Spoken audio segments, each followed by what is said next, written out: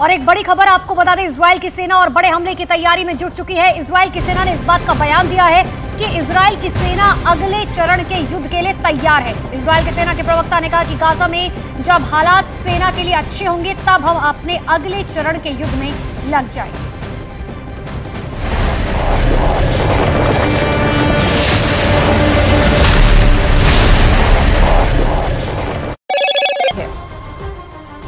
Israel से सामने आए वीडियो में वहां की सेना युद्धाभ्यास करती हुई दिखाई दी। बताया गया कि आईडीएफ ने युद्ध के अगले चरण के लिए तैयारी शुरू कर दी है। कमांडर कर्नल यायर जफरमैन ने बताया कि उनकी ब्रिगेड हमास पर हमले के लिए पूरी तरह से तैयार है और ऑर्डर मिलते ही वो हमास के ठिकानों पर हमला कर देंगे।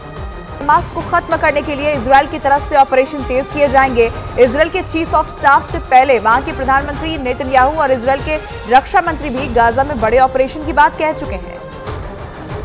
इजराइल की सरकार हर कीमत पर हमास को खत्म करना चाहती है। ऐसे में इजराइल के चीफ ऑफ स्टाफ का ये बयान हमास के खिलाफ कड़े संकेत दे रहा है। उन्होंने अपनी सेना को दक्षिण की ओर बढ़ने और हमास के खिलाफ हमले जारी रखने के आदेश दिए। जवानों को हर उस इमारत को नष्ट करने के आदेश दिए गए हैं जहां से हमास की गतिविधियां संचालित हो रही हैं। इजराइल की सेना पहले ही गाजा पट्टी को चारों तरफ से घेरे हुए है और जमीनी ऑपरेशन शुरू करने के लिए उन्हें बस एक आदेश का इंतजार है, जिसके बाद हमास के आतंकियों पर हवाई हमले के साथ साथ जमीनी हमले भी शुरू हो जाएंगे। लेकिन रफा बॉर्डर पर हुई बमबारी के बावजूद गाजा के लोगों की मदद के लिए पहला ट्रक वहां पहुंच गया। यूएन की तरफ से भेजी गई राहत सामग्री की पहली खेप मिस्र के रास्ते गाजा पहुंची। और बवाल की आशंका को देखते हुए इस काफिले को कड़ी सुरक्षा में रफाह बॉर्डर तक लाया गया। इस काफिले में सबसे आगे कुछ कारें दिखी जिनमें यूएन के झंडे लगे नजर आए। इसके बाद राहत सामग्री से भरे बड़े बड़े ट्रक गाजा के इलाके में दाखिल होते नजर आए। इस दौरान एक के पीछे एक करीब 20 ट्रक गाजा में राहत सामग्री लेकर पहुंचे। यूएन की तरफ से भेजी गई इस मदद में गेहूं, चावल और दवाइयां शामिल हैं, क्योंकि जिस दिन से इजराइल ने गाजा पर हमले शुरू किए वहां तक पहुंचने के सारे रास्ते बंद कर दिए गए थे। उधर 7 अक्टूबर को हमास के इजराइल पर भीषण हमले के बाद पहली बार इजराइल ने गाजा और मिस्र के बीच की सीमा को खोल दिया, जिसके बाद संयुक्त राष्ट्र की तरफ से वहां ट्रकों में भरकर सामान पहुंचाया गया। जिसके बाद वहां रह रहे लोगों ने राहत की सांस ली, क्योंकि वहां लोगों के पास न खाना बचा है और न ही पीने के लिए पानी। ऐसे में अगर उनके पास जल्द से जल्द मदद नहीं पहुंचती तो वो भूख और प्यास से ही मर जाते, क्योंकि गाजा और मिस्र के बीच मौजूद रफाह बॉर्डर ही इकलौता ऐसा रास्ता है जहां से गाजा के अंदर मदद पहुंचाई जा सकती है। लेकिन 7 अक्टूबर की सुबह फिलिस्तीन के चरमपंथी संगठन हमास ने जब इजराइल में घुसकर कत्लेआम मचाया तो इजराइल ने भी उसका नामो निशान मिटाने की ठान ली, जिसके बाद इजराइल की तरफ से हमास के ठिकानों पर ताबड़तोड़ हमले शुरू किए गए और उसने अपनी सीमा गाजा के लिए पूरी तरह से बंद कर दी और गाजा का दाना पानी रोक दिया। गाजा पट्टी में आतंकवादी संगठन हमास के ठिकानों पर इजराइल के हवाई हमले लगातार जारी हैं और इजराइल की सेना ने हमले का एक वीडियो जारी किया, जिसमें एक के बाद एक कई रॉकेट अटैक देखे गए, जिसके बाद वहां खड़ी ऊंची ऊंची इमारतें मलबे में तब्दील हो गईं, जबकि आसमान पर काले धुएं का गुबार छा गया। इजराइल की सेना की तरफ से ये वीडियो जारी किया गया और दावा किया गया कि उसने एक बार फिर हमास के ठिकानों को हवाई हमलों से दहला दिया और इन हमलों में उन इलाकों को टारगेट किया गया जिनमें आतंकवादी संगठन हमास के कई ऑपरेशनल शामिल थे। बड़ी बात है कि गाजा में हमास ने 500 किलोमीटर की लंबी सुरंग तैयार की थी, जिसमें छिपकर हमास के लड़ाके इजराइल पर बार बार हमला करते रहे हैं और अब इजराइल इन्हीं सुरंगों में हमास की कब्र बनाने के मिशन पर काम कर रहा है। इजराइल के तेल अवीव में वायुसेना के कमांडर ने हमास पर दूसरे चरण के हमले से पहले एक बैठक की, जिसमें उन्होंने आगे की रणनीति पर विचार किया, क्योंकि इजराइल इस बार हमास का नामो निशान मिटाने की कसम खाकर बैठा है और यही वजह है कि हमले में कोई चूक न हो, इसलिए इजराइल के वायुसेना के कमांडर ने बैठक की और आगे की रणनीति पर विचार किया। इससे पहले इजराइल की सेना ने हमास के एक ठिकाने को तबाह करने का दावा भी किया था। इजराइल की सेना के मुताबिक हमास के लड़ाके उस ठिकाने से इजराइल के टैंकों को निशाना बनाने की कोशिश कर रहे थे, जिसे उसके सैनिकों ने नाकाम कर दिया और इजराइल की सेना ने हमास के उस ठिकाने को बर्बाद करने का एक वीडियो भी जारी किया, जिसमें एक घर में जोरदार विस्फोट होता नजर आया, जिसके बाद चारों तरफ धुआं फैल गया।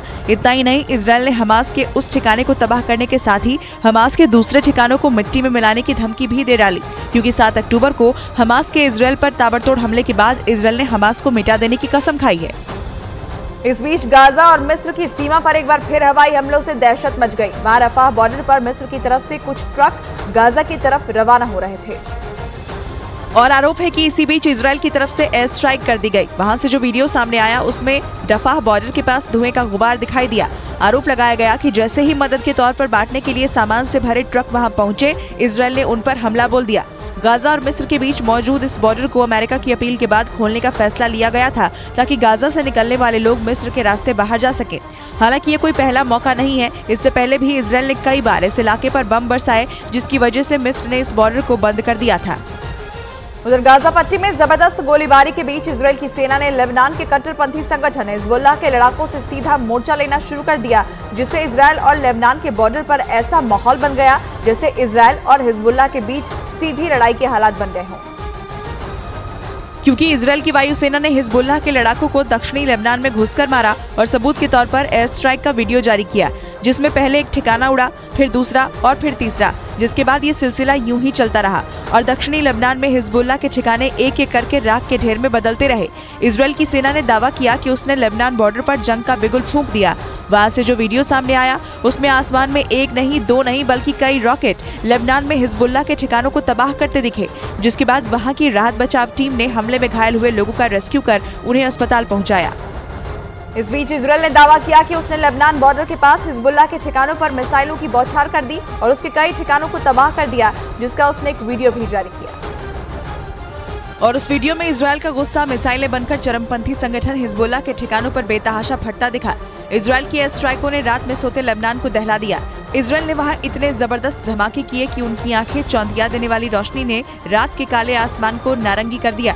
इजराइल ने दावा किया कि उसने लेबनान बॉर्डर के पास हिजबुल्लाह के ठिकानों पर मिसाइलें दागी और सब कुछ तबाह कर दिया, क्योंकि खबर है कि लेबनान से लगने वाली उसकी सीमा के पास आतंकी संगठन हिजबुल्लाह के हजारों लड़ाके तैनात कर दिए गए थे, जो खतरनाक हथियारों के साथ इजराइल में घुसपैठ के ऑर्डर का इंतजार कर रहे थे, जिसकी वजह से चौतरफा घिरा इजराइल अपने हाथ से एक भी मौका जाने नहीं।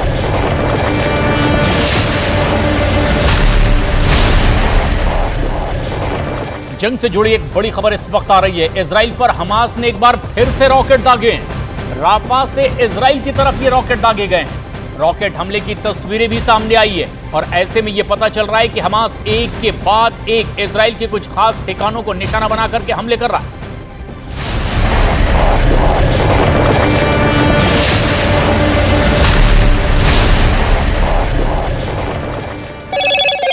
हेलो मोटो। मोटोरोला भारत का सबसे अच्छा 5G स्मार्टफोन ब्रांड।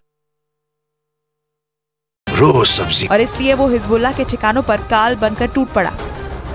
गाजा में सिर्फ और सिर्फ तबाही और बर्बादी नजर आ रही है। चारों तरफ मौत का मंजर है और हर वक्त यहाँ जिंदगी खौफ के साए में जी रही है।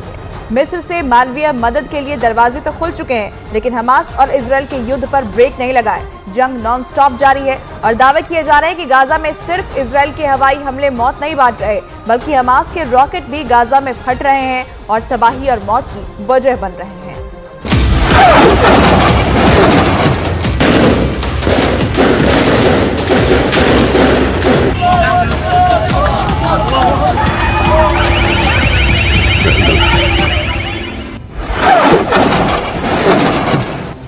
सात अक्टूबर से अब तक गाजा से लेकर इजराइल तक के आसमान में शोलों की बारिश ने ब्रेक नहीं लिया है। 15 दिनों से लगातार हमास की ओर से रॉकेट के ताबड़तोड़ हमले हो रहे हैं। गाजा के उत्तर में इजराइल के शहरों के ऊपर ये रॉकेट उड़ते हैं। इजराइल का भरोसेमंद एयर डिफेंस सिस्टम आयरन डोम इन हमलों को नाकाम करने की कोशिश करता है और ज्यादातर हमलों को नाकाम भी कर देता है। लेकिन जब हमास ये रॉकेट छोड़ता है तो उससे भी नहीं पता होता कि ये रॉकेट कहां पर फटेगा, किधर गिरेगा, इजराइल तक पहुंचेगा भी कि नहीं, और कहीं रास्ते में ही तो नहीं फट जाएगा।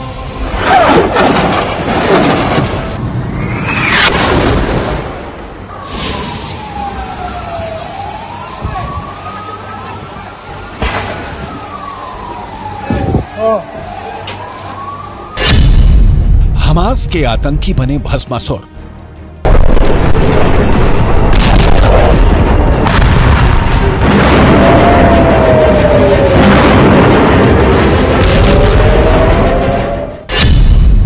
अपने ही रॉकेट से गाजा पर हमला।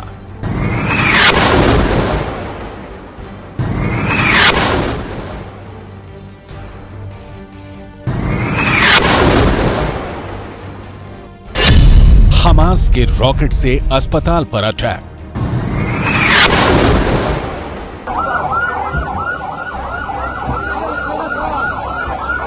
मंगलवार को गाजा के एक अस्पताल पर हमला हुआ। अस्पताल में सैकड़ों की संख्या में आम लोग और बच्चे मौजूद थे। 600 से ज्यादा लोगों की मौत हो गई और इस हमले के लिए हमास ने इजरायल पर आरोप लगाया कि इजरायल ने अस्पताल को निशाना बनाकर हवाई हमला किया और लड़ाकू विमान से बम गिराया।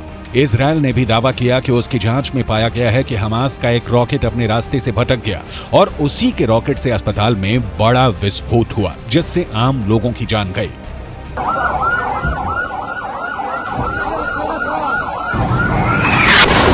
अब जरा इसकी पड़ताल देखिए।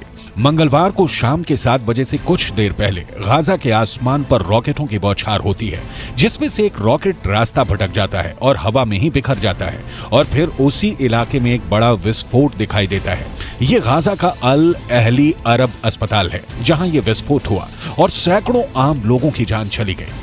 एसोसिएटेड प्रेस के मुताबिक उन्होंने इसकी पड़ताल की। अस्पताल में विस्फोट से पहले, उसके दौरान और उसके बाद के 1 दर्जन से ज्यादा वीडियो और सैटेलाइट तस्वीरों का विश्लेषण किया और दावा किया कि उसकी जांच से पता चला है कि हमास का रॉकेट गाजा के अंदर से दागा गया और वो उसी क्षेत्र में हवा में फट गया और रॉकेट का एक हिस्सा जमीन पर गिरा, जिससे अस्पताल में विस्फोट होने की सबसे अधिक संभावना है। The particular weapon used here is a bit larger and more sophisticated, but they are ultimately comparatively crude, and the failure rate of rockets is high in the best of times, and even for Western militaries, with the very highest and most expensive capabilities. So it is not surprising a number of weapons fail, and it is well known that a number of weapons will drop inside Gaza and do drop inside Gaza and do unfortunately kill civilians in Gaza during these sorts of confrontations. Expert मानते हैं कि rocket के मामले में अच्छी से अच्छी सेना में भी नाकामी की संभावना बनी रहती है, लेकिन गाजा में अस्पताल पर हमले के मामले में सिर्फ वीडियो और सैटेलाइट तस्वीरों से पूरी जानकारी हासिल नहीं की जा सकती। इसके लिए जमीन पर फॉरेंसिक सबूतों की जरूरत होगी और युद्ध के बीच में जमीन पर सबूतों को ना तो हमास साझा कर रहा है और ना ही हमास के दिए सबूतों पर विश्वास किया जा सकता है।